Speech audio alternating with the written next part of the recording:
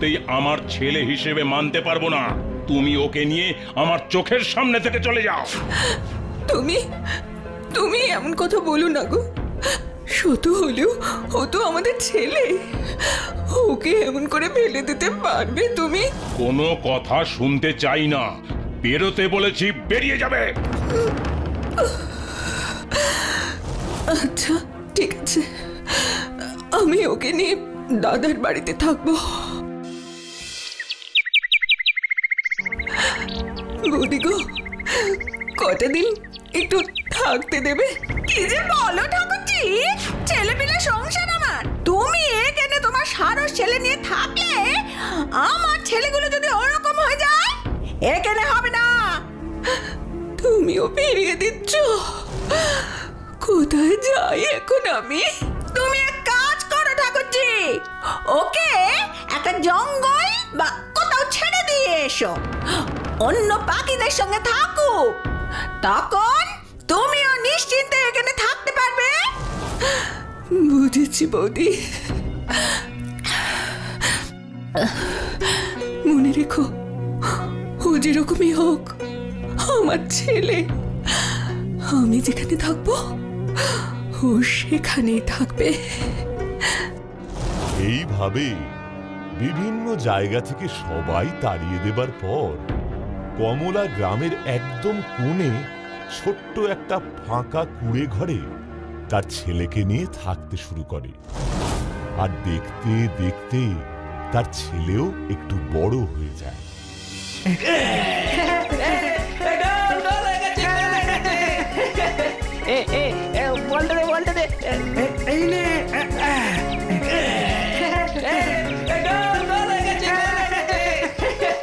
ওরে কে এসেছে তোরা দেখ। ওমা তাই তো। হ্যাঁ রে সারস, তুই এখানে দাঁড়িয়ে যে? খেলা দেখছিলাম। এ তোরও আমাদের সাথে খেলার স্বাদ হয়েছে নাকি? ও খেলবে? বুঝেছি, আমরা সবাই বল নিয়ে দৌড়বো আর ও উড়ে উড়ে যাবে, তাই তো? এ হ্যাঁ রে, তুই হাঁটতে দৌড়াতে পারিস নাকি শুধুই উড়ে বেড়াস রে? বল না। শোন, তোর আমাদের সাথে খেলে ভালো লাগবে না, তুই বরং পাখিদের সাথে খেল গিয়ে। হ্যাঁ ঠিক বলেছিস, এ আয় তো তোরা, তুই বাড়ি যা। কি বললি? ও বাড়ি যাবে? আরে ও কি মানুষ যে বাড়ি যাবে? পাখিরা তো গাছে থাকে, তুই যা, গাছে বাসা করে থাক গিয়ে, যা।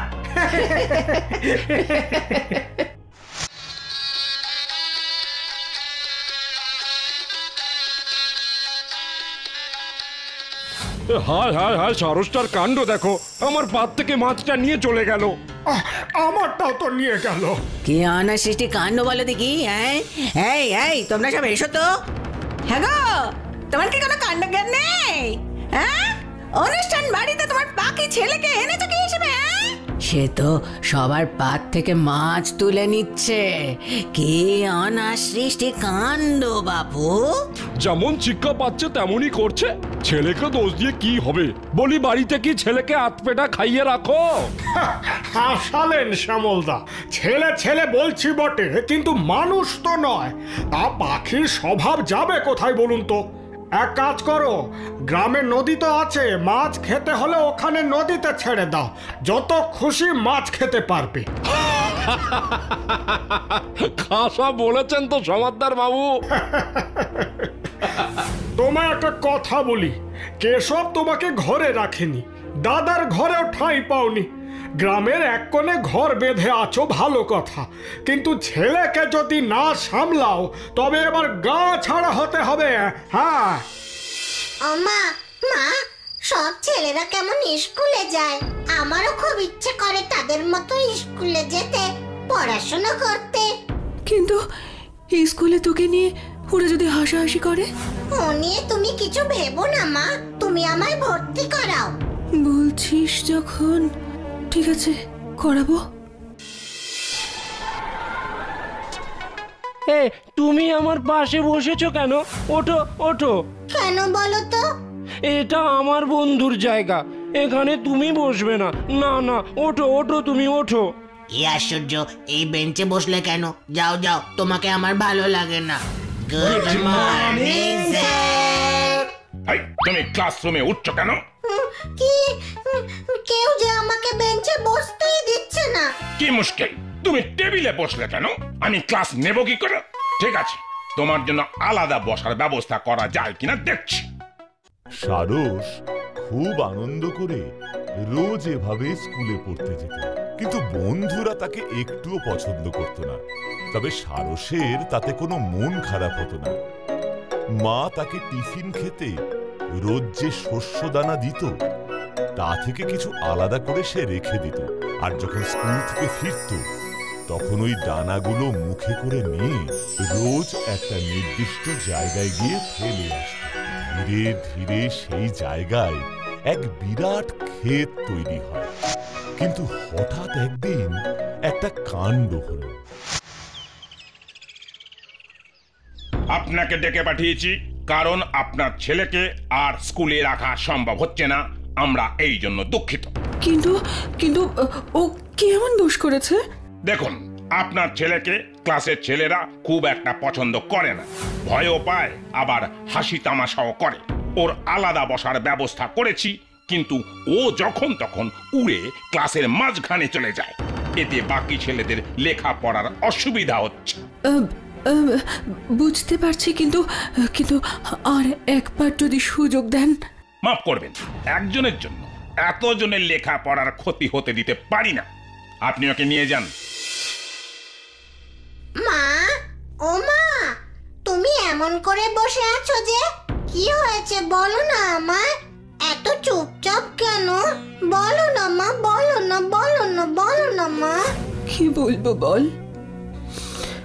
ভেবেছিলাম লেখাপড়া শিখে তুই বড় হবি, আমার মুখ উজ্জ্বল করবি, কেউ আমাদের আর ব্যঙ্গ করবে না। কিন্তু এত সুখ বোধহয় আমার কপালে নেই। এমন কথা কেন বলছো মা? আমি তো স্কুলে গিয়ে মন দিয়ে লেখাপড়া করি। তোর আর কোনোদিন স্কুলে যাওয়া হবে না রে। হবে না? না, স্কুলের মাস্টারমশাইরা তোকে আর স্কুলে রাখবে না বলেছে। ইস, গায়ের লোকজনের পর আরো হাসি তামাশা করবে।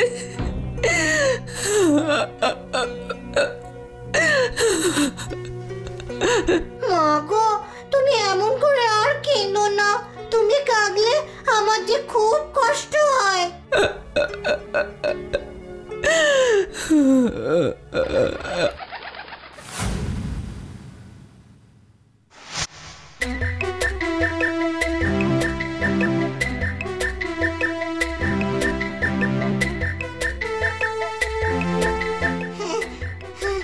প্রণাম প্রভু। দীর্ঘজীবী হও। কিন্তু হঠাৎ আমার কাছে কি দরকারে? আমি খুব অসহায় হয়ে আপনার কাছে ছুটে এসেছি প্রভু।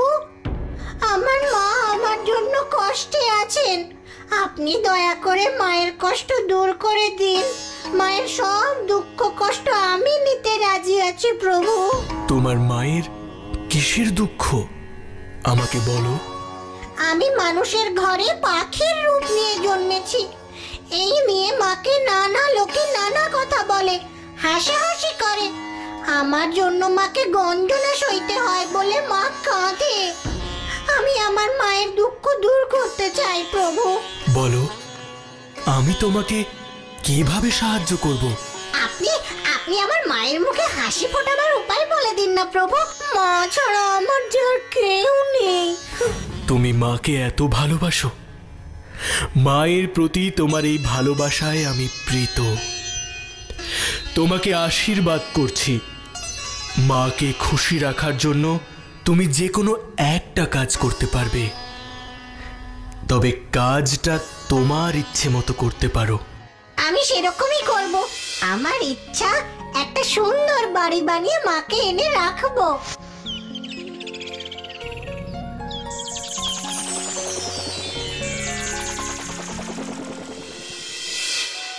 মা, ও মা, কোথায় গেলে?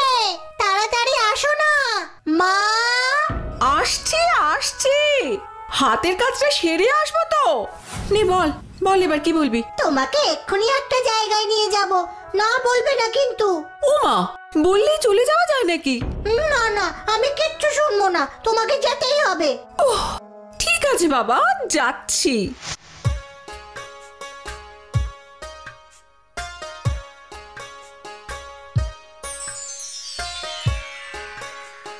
এ কি বাবা, কোথায় নিয়ে এলি? এই বাড়ি, ক্ষেত কাদের? তোমার কেমন লাগছে মা? এই সবই আমাদের। কি বলছিস বাবা? হ্যাঁ, এ তো সব কিছু আমাদের। কিন্তু কিন্তু এগুলো কিভাবে হলো? আমি খুব অসহায় হয়ে আপনার কাছে ছুটে এসেছি প্রভু। আমার মা আমার জন্য কষ্টে আছেন, আপনি দয়া করে মায়ের কষ্ট দূর করে দিন। তোমাকে আশীর্বাদ করছি, মাকে খুশি রাখার জন্য তুমি যে কোনো একটা কাজ করতে পারবে।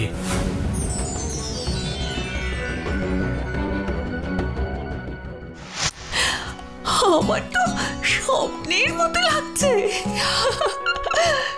না গো মা, সব সত্যি।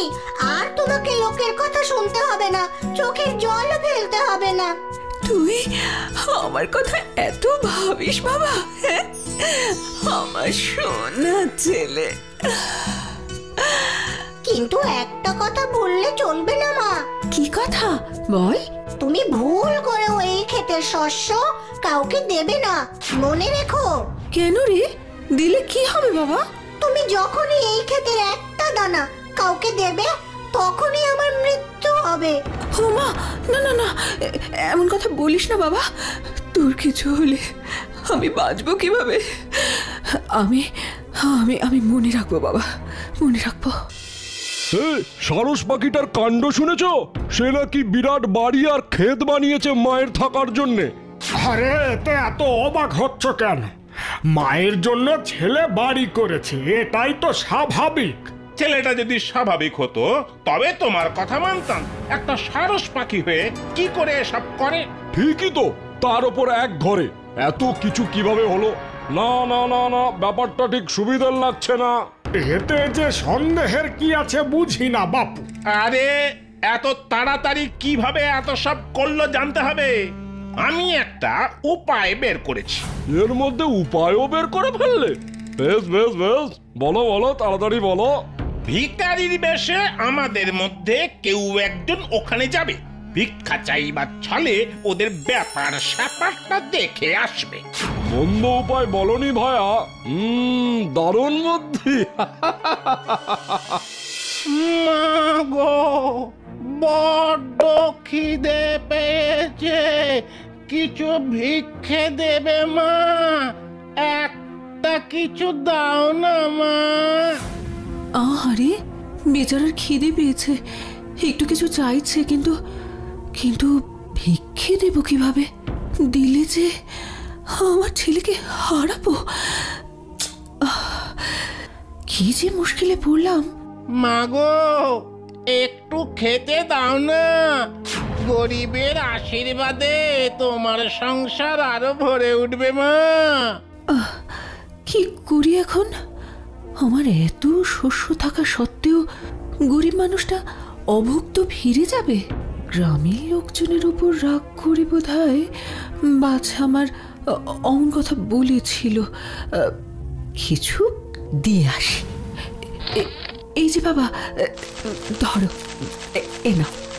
এই শস্যতে তুমি 2-4 দিন পেট ভরে খেতে পারবে। তবে আমার ছেলে যেন কিছু টের না পায়, তাহলে কিন্তু অনর্থ হবে। না না মা, আমি কাউকে বলবো না। তুমি খাওয়া দিয়ে আমার প্রাণ বাঁচালে, আর আমি তোমার জন্য এটুকু করতে পারবো না? তুমি কোনো চিন্তা করো না মা। আমার বারণ তুমি শুনলে না মা। সেই তুমি আমাদের ক্ষেতের শস্য দানা অন্যকে দিয়ে দিলে মা। সেই তুমি আমাদের ক্ষেতের শস্য দানা অন্যকে দিয়ে দিলে। শোনা, বেচারা 2 দিন ধরে কিছু খায়নি রে। আমাদের এত থাকা সত্ত্বেও আমি না দিয়ে কি করে থাকি বলতো? হ্যাঁ, গরিবকে দান করলে ভালো হয় বাবা। বুঝলাম, কিন্তু এর জন্য আমি যে আর বাঁচবো না মা। না না, তোর কিচ্ছু হবে না, দেখিস, কিচ্ছু হবে না। আমার মৃত্যু হবেই।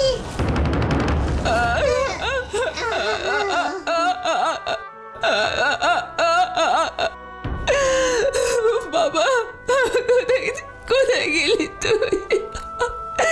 ও বাবা, কোথায় গেলি তুই?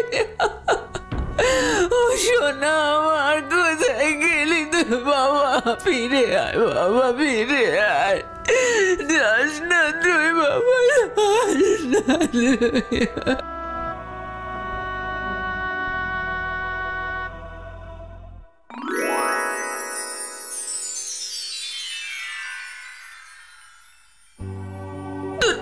তুমি তুমি কে বাছা? হ্যাঁ, কিভাবে বা তুমি এখানে এলে? আমি আমি তো কিছু বুঝতে পারছি না বাবা।